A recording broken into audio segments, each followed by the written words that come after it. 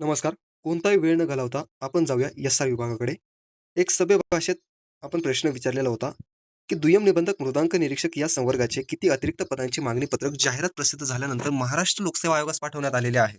मग त्यांचंही सभ्य भाषेतच उत्तर मिळालेलं आहे, की 2025 या वर्षाकरता या विभागामार्फत दुय्यम निबंधक मृदांक निरीक्षक या संवर्गाचे 84 जागांचे मागणी पत्रक पूर्व परीक्षेची जाहिरात प्रसिद्ध झाल्यानंतर महाराष्ट्र लोकसेवा आयोगास पाठवण्यात आलेले आहे.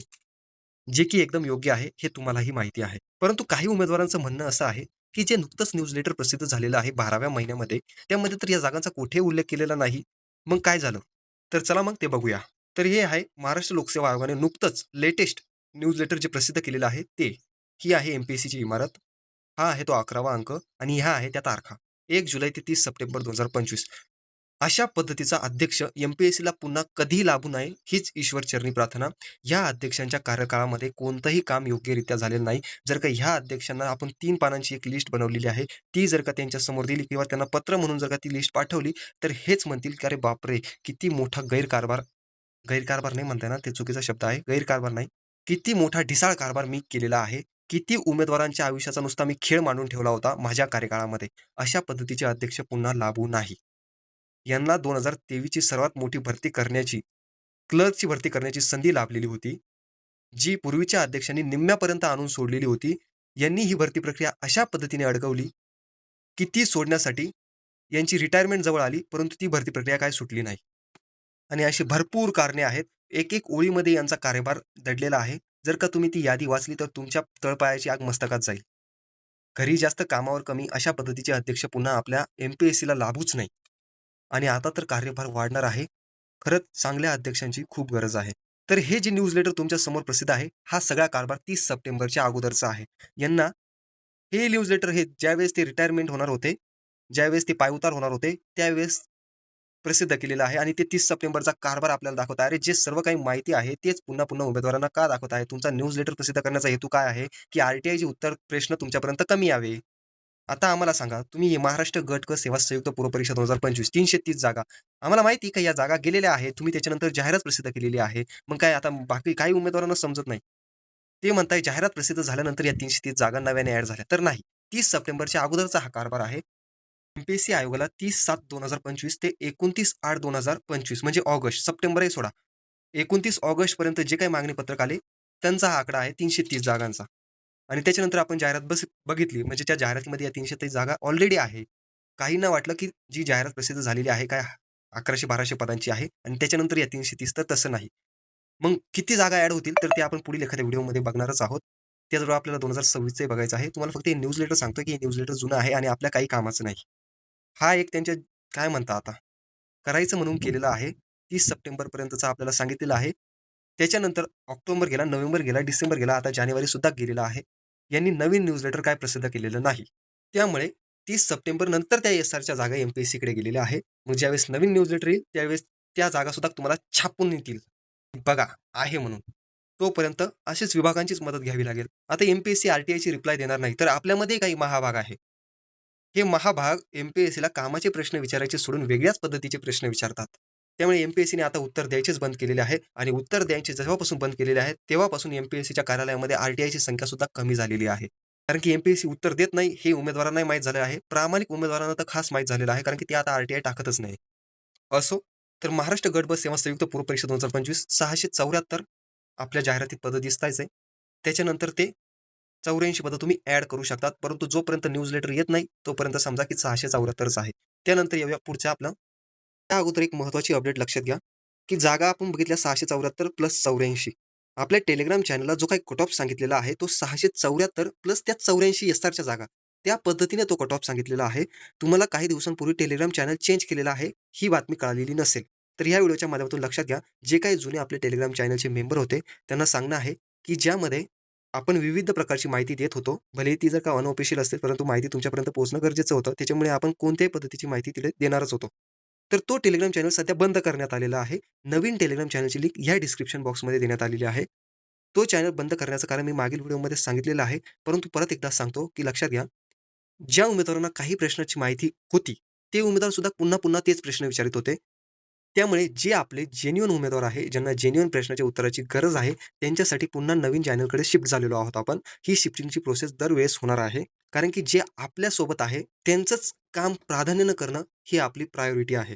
यावरून असं समजतं, की जे आपल्या चॅनलशी जुडलेले आहे, जे आपल्याशी जोडलेले आहेत, ते किती पद्धतीचे उमेदवार कशा पद्धतीने आपल्यासोबत आहे, हे समजतं. त्यामुळेच YouTube चॅनल आणि Telegram चॅनल हे दोन्ही शिफ्ट झालेले आहे. ज्या उमेदवारांना खरंच आपली गरज होती, आपल्या उत्तरामुळे त्यांचं समाधान होत होतं, तर अशा उमेदवारांनी डिस्क्रिप्शन बॉक्समध्ये Telegram चॅनलची लिंक आहे, तिथे जॉइन होऊन जा. सुरुवातीच्या चॅनलमुळे खूप प्रश्नांचं बर्डन आलेलं होतं. ज्यामुळे जो आपल्याशी सुरुवातीपासून जोडलेला होता, ज्याचं प्रश्नाचं उत्तर देणं खूप गरजेचं आहे. तर अशा उमेदवारांसाठी हे शिफ्टिंग जरुरी असतं.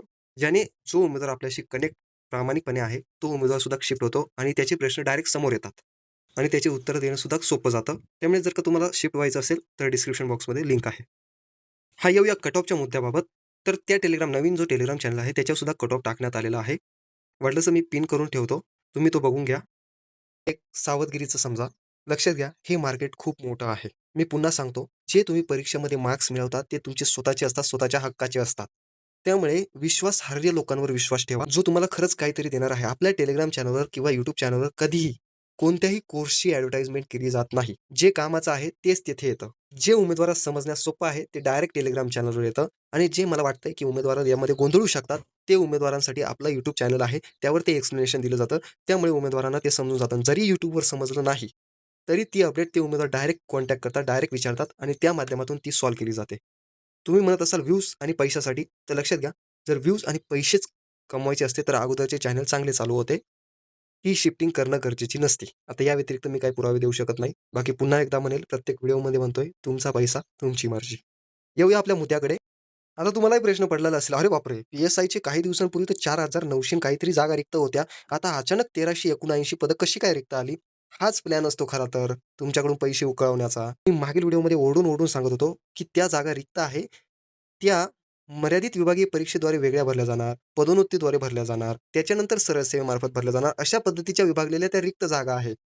तुम्हाला काय वाटतं, की सर्वच जागा सरळ सेवेसाठी आहे का? सरळ सेवा म्हणजेच एम-पी-एस-सी असं समजून चला. त्यामुळेच म्हणतोय, की अशा कोणत्याही बातम्या येण्याअगोदर त्या व्हेरिफाय करणं गरजेचं आहे.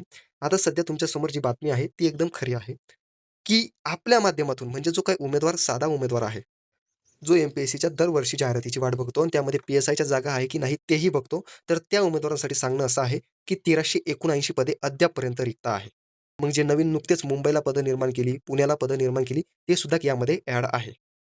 मग जर का 1379 पदे रिक्त असतील, तर लक्षात घ्या, ते मर्यादित विभागीय वाल्यांनी जे काही ते ए-पी-आय, पी-एस सॉरी पोलीस शिपाई यांनी काही मागणी केलेली आहे, की आमची सुद्धा काही परीक्षा घ्या 2023 नंतर आमची परीक्षा झालेली नाही, तर ते पदं वेगळे आहे. ते पदं रिक्त वेगळे आहे. ही आपली सरळ सेवेची भरती आणि ही सरळ सेवेची पदं वेगळी आहेत, जी आपली एम-पी-एस-सीच्या जाहिराती थ्रू भरली जातात. आणि आपल्यासाठी 1379 आहे. हा आकडा आपला आहे. कोणाचा इतरांचा नाही. ही लक्षात घ्या. मग तुम्ही म्हणाल इतके पदं रिक्त आहे, मग 2025च्या जाहिरातीमध्ये काही वाढून येतील का? तर नाही.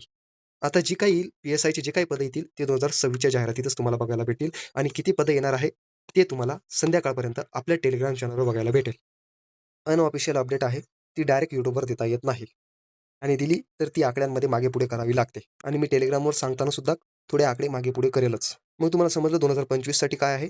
तर सध्या जितके आहे जाहिरातीमध्ये तितकेच पदे आहेत. येऊया पुढचा आपला संवर्ग, एस-टी-आय संवर्ग.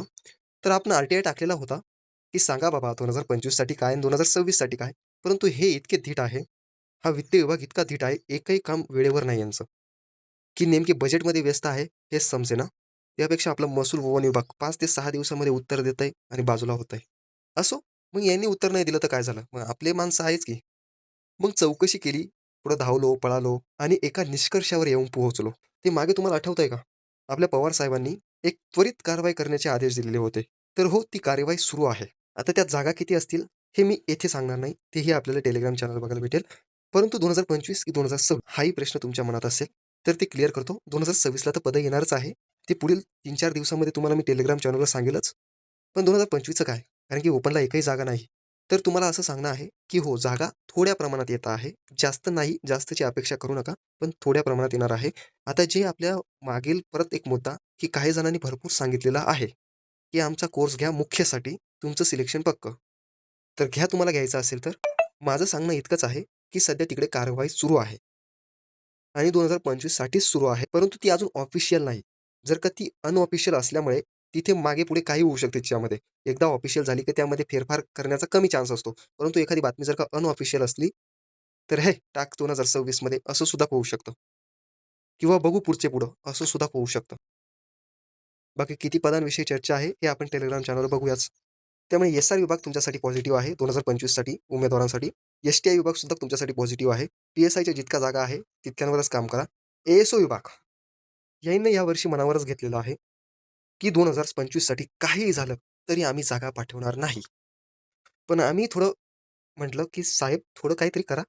मग त्यांनी आमच्या विनंतीचा मान राखून एक सभ्य भाषेमध्ये चांगलं उत्तर दिलं, की "साहेब प्रक्रिया प्रोसेसमध्ये आहे." मग आता नेमकी कोणत्या प्रोसेसमध्ये आहे आणि नेमकी काय यांना करायचं आहे, यांनी अशा पद्धतीचं काहीही सांगितलेलं नाही. त्यामुळे ही तळ्यात-मळ्यात गंमत आहे. आली तर आली, नाही आली तर पुढच्या वर्षी आली. त्यामुळे या ए-एस-ओ डिपार्टमेंट सामान्य प्रशासन विभागावर सध्या तरी विश्वास ठेवू नका 2025 वाल्यांनो. आपली जितकी जाहिरातीत आहे, एस-आरचे तुम्हाला सांगितलेले आहे, एस-टी-आयचे तुम्हाला सांगेलच, पी-एस-आयच्या तुमच्या समोर आहे, त्या पद्धतीने तयारी असू द्या. मग लक्षात घ्या, मग जर का जागांत वाढ झाली, एस-टी-आयच्या जागांत जर का वाढ झाली, एस-आरच्या जागांची वाढ आणि कट ऑफ त्याबाबत सांगितलेलंच आहे.